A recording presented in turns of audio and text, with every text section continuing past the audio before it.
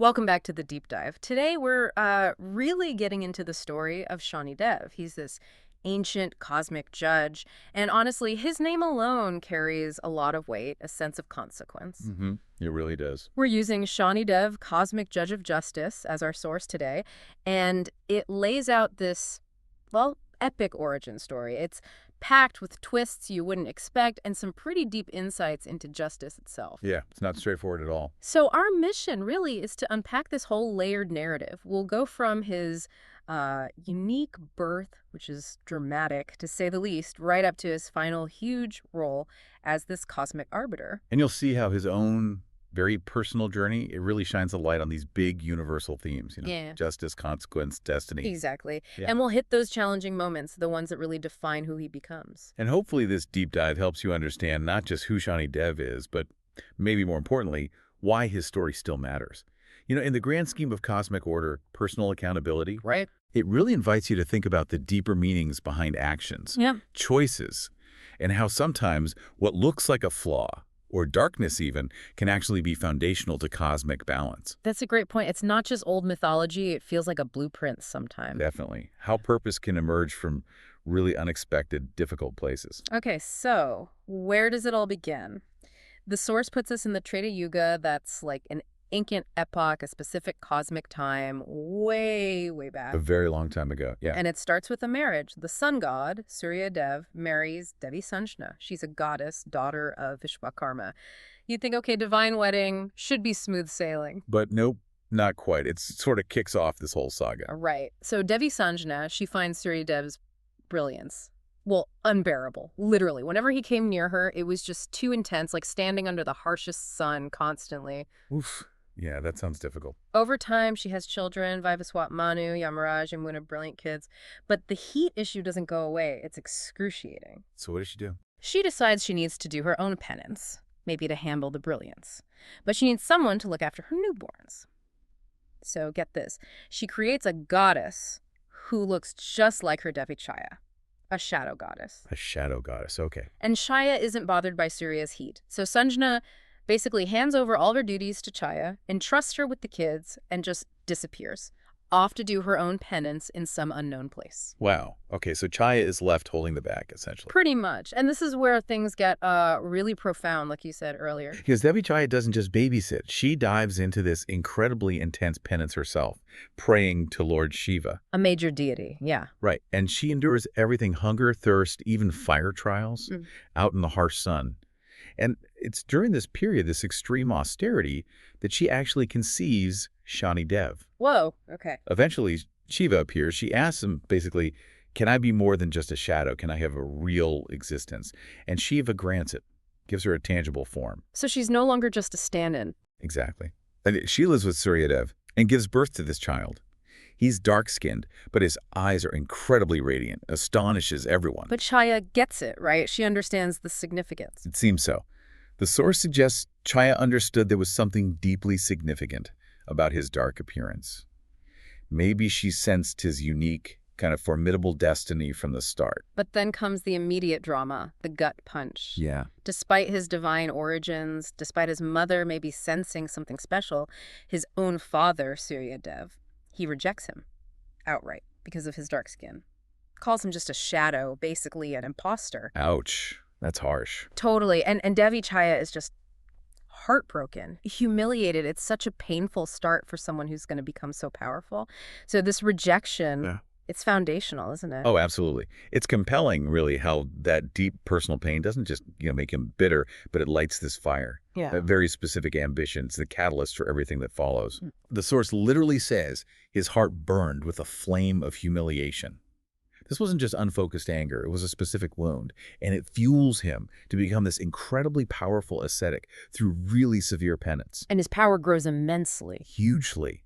His vision changes. He can suddenly see the deeds, the karma of anyone he looks at. Even the gods start trembling when he gazes at them. He just transcends all these limits, becomes truly formidable. Wow. And yet, fueled by that rage, he starts taking on fierce celestial beings, challenging the gods themselves. But here's the key thing throughout all of it. The source emphasizes His goal isn't just power for power's sake. No. What is it then? It's intensely personal. He wants to surpass his father, Surya Deva, in brilliance. That specific aim born directly from that initial rejection and pain. Okay, so his mother, Chhaya, she must see this burning anger in him. Right, she senses it, knows he needs something to sort of calm that fire. So she arranges a marriage for him. Exactly. To a woman named Chitraras, described as virtuous and patient. And initially, it works. The marriage brings him some peace, softens him a bit, maybe brings some compassion to that intense gaze. Okay, good. Some stability. But I feel a but coming. yeah, there's a big but.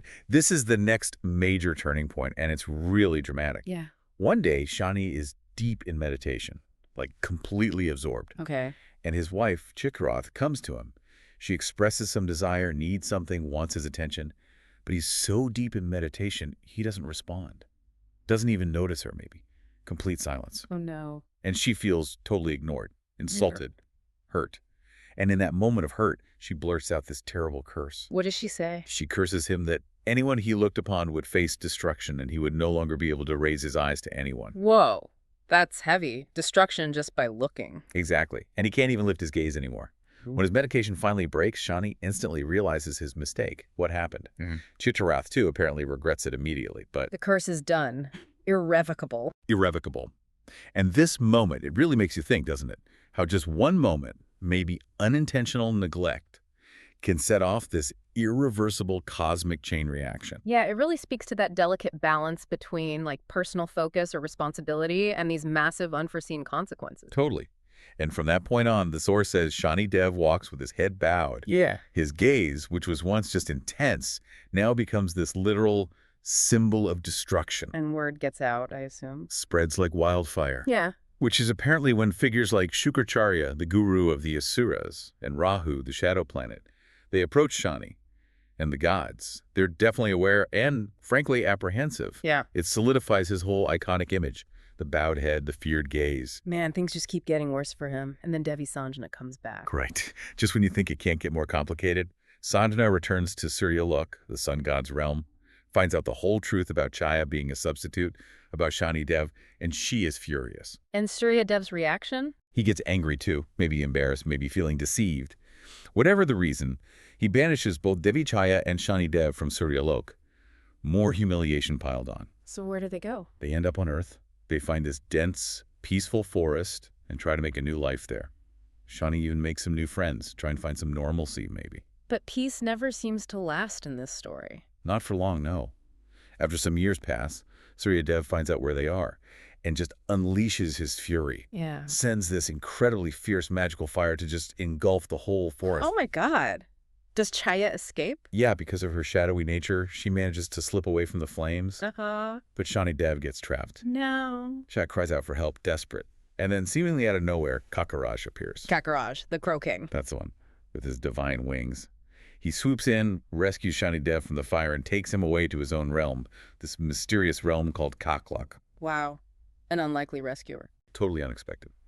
And there, in Kaklak, Kakaraj cares for Shani Dev like his own son. They forge this really strong bond, born out of shared adversity, really. Okay, so maybe now things settle down. Peace in Kaklak. You'd hope so, but no. Yeah. The peace is shattered, brutally. Indra Dev, the king of the gods, finds out Shani is living in Kaklak. Oh, Indra always seems to stir things up. Right. So while Shani and Kakaraj are away, Indra launches this sudden, vicious attack on Kaklak. No, why? The source implies maybe fear of Shani's power or just celestial politics, but the result is devastating. Many crows are killed, including Kakaraj's own mother. His mother, oh, that's awful. Kagraj must have been. Absolutely devastated. Imagine him coming back to find that scene.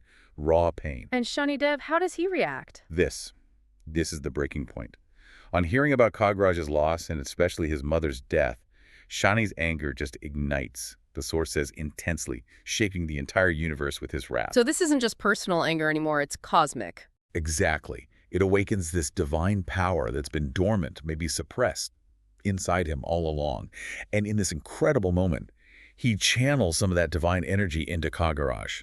What happens? He literally transforms Kagraj into this chariot-like form. Shani mounts him and sets his sights on Swarglok. Heaven.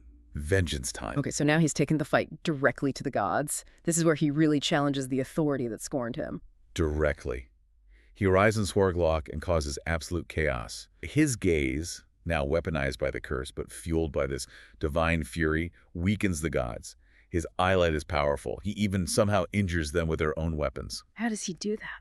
The source doesn't detail the mechanics, but the effect is clear. The gods are terrified and flee heaven. Even Indra. Indra and the others run to Surya Dev for help. Surya arrives, orders Shani to stop. And Shani refuses. Flat out refuses. He's on a mission. Surya attacks him with his deadly rays. Which previously Shani couldn't withstand. Right. But now, Shani unleashes this burst of his own eye energy and just destroys Surya's rays, neutralizes them. Wow, turning the tables completely. And then he retaliates. Unleashes this terrible glare directly at Surya Dev. And it works. It dims Surya's radiance, cools his body. The source says, darkness engulfed the cosmos. Darkness engulfs the cosmos. Because he dimmed the sun god. That's the implication. Even Surya Dev himself is forced to flee. The rest of the terrified gods. They retreat to Mount Kailash, Shiva's abode, seeking refuge from Shani's power. This is huge. He's basically routed the entire pantheon. Yeah, and if you connect this to the bigger picture, like we talked about, this is a massive shift in cosmic power. This figure who was rejected, exiled. He's now directly challenging and overpowering the established order, including his own father. It's a stark demonstration of how that suppressed pain, combined with divine power, can just erupt. Exactly, and the universe literally going dark. It reflects the depth of his wrath, his new undeniable presence. It's a powerful statement. Justice, or at least retribution, can come from anywhere, even the shadows. Okay, so the gods are hiding on Mount Kailash. This can't stand. Someone has to intervene. Right. The situation demands the ultimate authority. And the sources describe Mahadev Shiva stepping in. His eyes are fiery, his voice harsh, confronting what the text calls the injustice long ignored. So Shiva sees the whole picture, maybe Shani's initial treatment too. It seems implied. He's not just reacting to Shani's rampage, he's addressing a deeper imbalance. And he doesn't go alone. He sends divine fragments of his chief Shivganas. The powerful attendants. Exactly. Sends them to the gods in heaven first, preparing them. The stage is set for a final battle to establish justice and righteousness. So the gods, empowered by Shiva's Ganas, challenge Shani again. They do. They bravely challenge him to war. And Shani, still fearless, steps up to face them and the attacking Shivganas. How does that fight go, given the Ganas are involved now? It's epic. But Shani is still incredibly powerful. He quickly uses that fierce gaze to weaken Shiva's own followers, the Ganas. Even them. Wow. Then he turns his attention back to Indra and Surya, hits them with another fiery look, knocks them unconscious, and then, in this absolutely unprecedented move, he takes Indra's royal crown. And he imprisons both Indra, the king of the gods, and Surya Dev, the sun god, in the heavenly prison. He imprisons them. Total defeat for them. Other major gods, like Agni the fire god, Varuna the water god, they just flee Mount Kailash in terror. Shani has essentially conquered heaven. This is unbelievable. The entire order is overturned. What happens next? There has to be a plea to Shiva himself, right? There is a desperate plea, trembling voice, asking Lord Mahadev to personally step in, protect Dharma, cosmic order, righteousness, stop Shani. And Shiva responds. He does. A divine vibration fills the air, and Mahed himself appears. Lord of all gods. He illuminates Swarglok with the light of his trident, this sacred Ganga water dripping from his hair. It's a dramatic entrance. Okay, the ultimate confrontation. He confronts Shani, commands him, end this reign. But Shani, even facing Mahadev, refuses, still resolute. He refuses Shiva. He does. And that's when Mahadev, with his deep sense of cosmic purpose, raises his trident. The final battle. The climax. Yeah. It's incredibly intense. Shani Dev, who has humbled all these gods, he actually falters for a moment, seeing Mahadev's immense unwavering power. Understandable. And in a desperate move, maybe almost instinctual, he directs that fearsome glare, the destructive gaze, right at Mahadev. At Shiva himself, what happens? Mahadev is completely calm. Slowly, deliberately, he opens the energy, the flames, from his third eye towards Shani Dev. But it's not presented as just raw anger. It feels like a precise cosmic adjustment. Not just destructional. No. This energy splits Shani Dev's body, his form, in half. It signifies this necessary breakdown, perhaps, before a rebirth or transformation. Shani falls from the heavens, hits the earth with these intense shocks, colliding with a large peepal tree. A sacred fig tree, right. Exactly. Very significant. And he loses consciousness there. It's not just a defeat, it feels like a divine recalibration. It shows that ultimate cosmic power isn't just force, it's about alignment with Dharma. Even Shani's power has to serve that higher justice, not just his own retribution. Okay, so he's defeated, broken, unconscious under a peepal tree. But this isn't the end, is it? There's a twist. Definitely not the end. This is the resolution, the real transformation. That force from Mahadev, it wasn't just power, it was like a divine warning from Mahakal, the aspect of Shiva representing time and death. Right. And then under that same peepal tree, Mahadev sits and meditates. He sees into Shani Dev lying there. And he's pleased. He recognizes Shani's deep devotion and repentance. He sees the extraordinary potential and invincible courage that was there all along, maybe buried under the pain. So he sees beyond the rage. Exactly. And in an instant, Mahadev revives Shani Dev, who is near death. And he doesn't just heal him, he rewards him. Rewards him after all that. Yes, rewards him for that devotion, that courage, that innate sense of justice Mahadev sees in him. He gifts Shani Dev a divine trident similar to his own and grants him his own realm, Shani Lok, his own domain. Wow. From prisoner to having his own realm. It's an incredible arc, isn't it? From rejection, rage, destruction, to becoming this embodiment of cosmic justice.